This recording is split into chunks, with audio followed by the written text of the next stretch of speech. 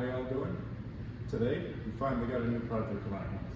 We had sold the red Cummins in the last episode. After about a couple weeks or so, finally got that guy sold. But you'll see what I did to that one in the last episode.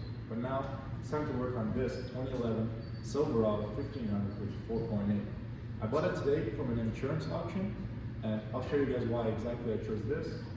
And we bought it for a little bit of a steep price, but I think we can turn this guy around and make it very beautiful. I'll show you exactly why I chose this truck. One of the main reasons why I chose this truck is because it's very clean. And there's a little secret about this. This truck has very low kilometers. And there's a bit of a bidding war happening, but managed to get my hands on it, and we brought it home. And yeah, this thing is very clean. Let me show you around. Just look at this thing. It is in such good condition for being an Alberta truck. It is a cloth interior and it is filled with dog hair, but we'll take care of that. We'll probably look to swap it. The steering wheel airbag is popped, but that's okay. At least the dash and the roof is fine. Everything seems to be in pretty good condition, and I'll show you guys what I mean by low kilometers.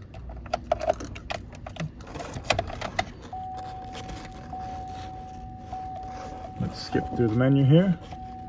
96,000 kilometers on this old girl, and it runs really good. I had to push this old girl in the shop. The main reason is because the transmission oil cooler is busted on this guy, and it leaks oil everywhere. So I just ran good. I checked the oil and pushed it in, and now we're gonna tear apart this whole front end and see what's broken and see what we got to fix.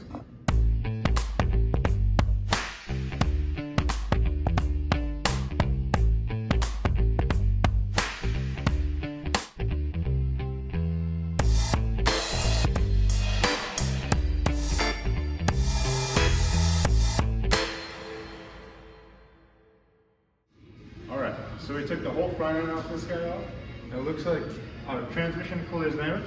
Kind of already knew that. The condenser and the radiator is damaged. So, in the next time lapse, you're gonna watch us remove this whole front rad support complete as possible, and we got one right in the back of this truck, ready to go to pop on, make it run and drive tonight. It is right after work. I live from 5 to 9, this is where I get the most amount of work done. This is where my passions happen. So I want to get this done so I can get this guy out so I can actually do my 9 to 5 in the shop, because this truck cannot stay here overnight and tomorrow as I work. So let's get this ball rolling.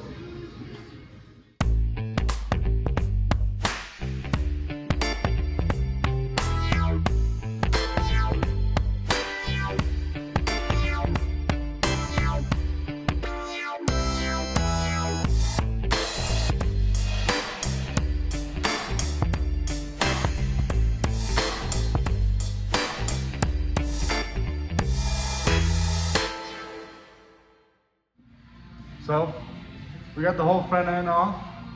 That was a bitch. I'm all oily, dirty.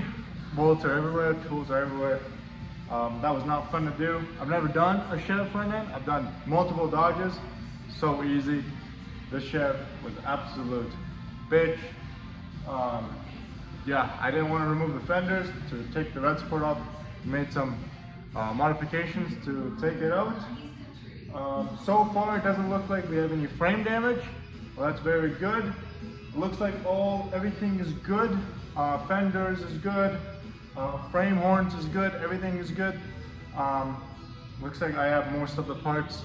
It is very late, but I'm gonna pound this out. I'm gonna see if I can put at least the new rad support in. Yeah, I'll probably put the new rad support in. Instead of putting it complete, I'll probably just put the bare rad support in, and then put the radiator, the electric cooling fan, everything else one by one, just so everything's plugged in right, everything's done right, instead of having a big mess complete, and then you don't see everything, you might miss a couple things. I'm just gonna go get my rad support, strip it, put it on, and we'll go from there. I really want to get this run and drive, so let's keep on the way. All right, So, oh, come on now. All right, so the rad support, we just took it out and I just put in the new one. I'm bolting everything up now, wiring everything, make sure everything is good. This is pretty time consuming, but I want to do it right. When flipping these things, I really want to do it right, just so the outcome can be as best as possible. Even if it takes a little bit of time, it's always worth it. Yeah, I am just buttoning up I just finished the rad support and I'm about to put the new radiator in, and then the electric cooling fan. I'll button up the engine bay, and I really want to get this thing run and drive tonight, so let's keep on going.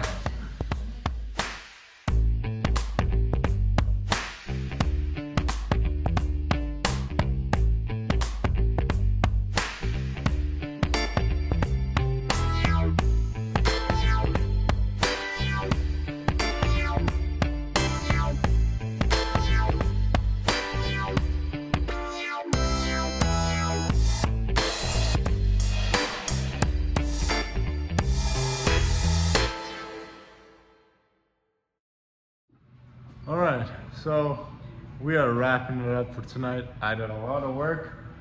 We, officially replaced the whole front end rad support. That's got to be one of the hardest rad supports. Like, I've even done a Cummins. That was way easier. This was very complicated, and also it was my first time.